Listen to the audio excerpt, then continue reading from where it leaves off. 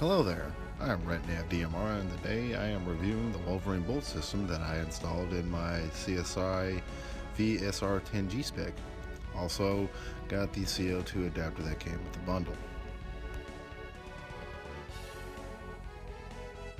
To begin, the whole set together cost $500. It is a bit expensive, so is building a top-notch airsoft sniper rifle. The Bolt system is also sold separate from the CO2 adapter for those who wanting to set up an HPA mod for the VSR10, saving over $100. It's wonderful. This system includes a cylinder head, bolt mechanism, trigger and wiring assembly, hoses, adjustable CO2 adapter, and an air regulator. This particular model requires a battery, which is sold separately, which is really unfortunate because this would have made this system awesome. Let's jump right into the pros and cons. Pros. Air consistency is definitely a must when sniping, and the Bolt system provides just that. Consistent shots make for great follow-up shots, and being able to drop enemies as a sniper is a must. The Bolt system allows for this in a huge way. CO2 is great for cold weather airsoft, as the CO2 does not expand and contract all that much through weather difference, making this modification necessary. On top of that, the CO2 adapter can be placed as seen in my videos under the cheek rest or in the stock of the gun for minimal interference from the system itself during gameplay. Smooth, easy bolt pulls are something that I love about this system. I don't have to worry about a hard bolt pull or the dreaded double feed due to bolt stiffness.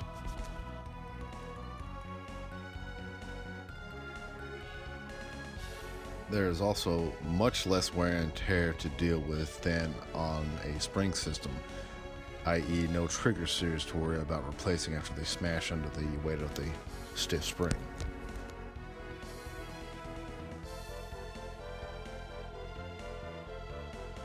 Ease of installation of this system is another big pro for me.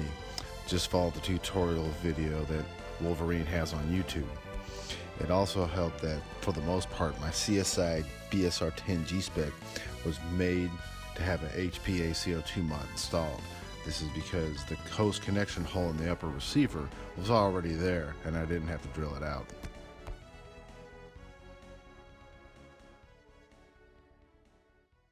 The trigger mechanism is basically a hair trigger.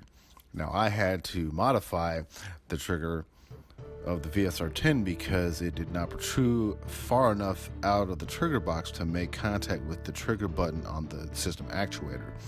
The piece of plastic from a speed loader is what I used with a little ingenuity to make this thing amazing.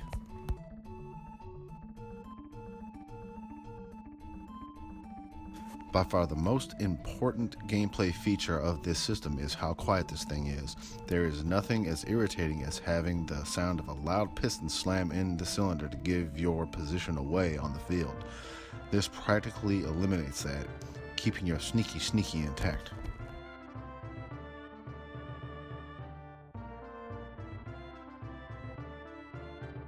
The CO2 adapter is adjustable, so you can use various sizes of CO2 in the unit. Wolverine has a tutorial video that gives you a step-by-step process on how to adjust it. The quick changeability seen here takes a little bit of time, but it can be done on the battlefield so you can get back into action in a timely manner.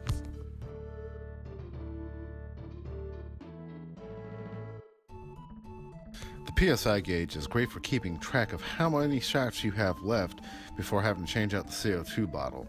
It'll stick at its initial pressure, and then when it starts to drop, it drops really quickly. Just keep that in mind.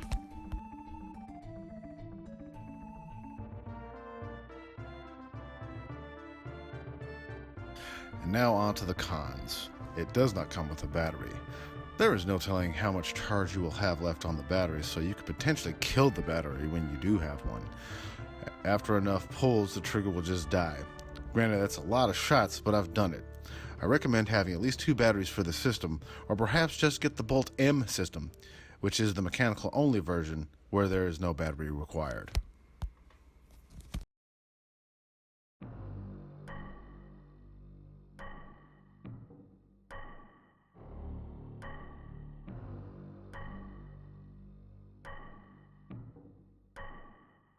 The CO2 canisters I use, the 40-pack bought at Walmart, only last about a magazine and a half. I use the Narvich SSG-10 magazines, which hold 50 rounds, so you get approximately 75 shots before needing to change out the CO2 bottle.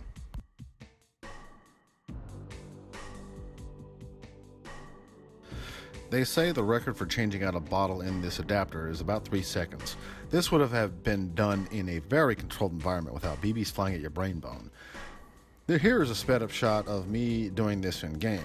Don't mind me being a little bit coordinated, but it does take a little bit of time.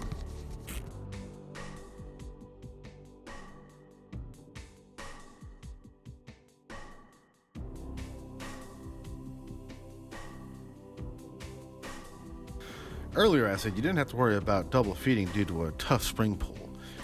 If you forget you have a BB in the chamber, you can double feed by the ease of the bolt pull.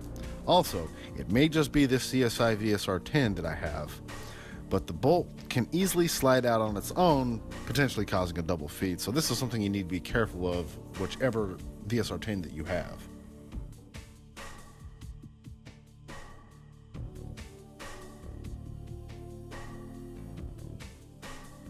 Now for a couple of PSAs for this gun.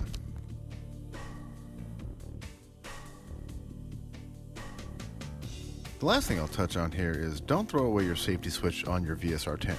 The mechanism is a hair trigger, meaning if you bump the trigger, it will go off. Be very mindful to expel any chambered rounds before leaving the field, as well as taking the mag out of the gun. This thing will go off.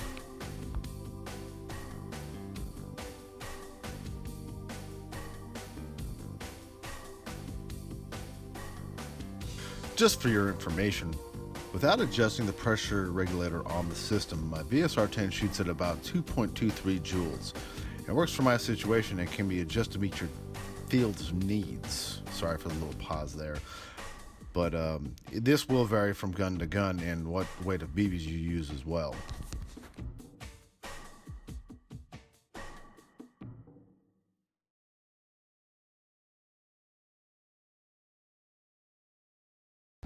So is this worth the money I spent on it? It absolutely is. For me, the pros by far outweigh the cons. My game has vastly improved with this system, and I highly recommend this to anybody who owns a VSR-10 system.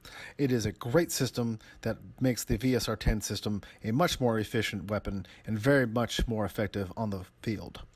This concludes my review. Let me know if it was helpful for you in the comment section below. And as always, have a wonderful, wonderful night.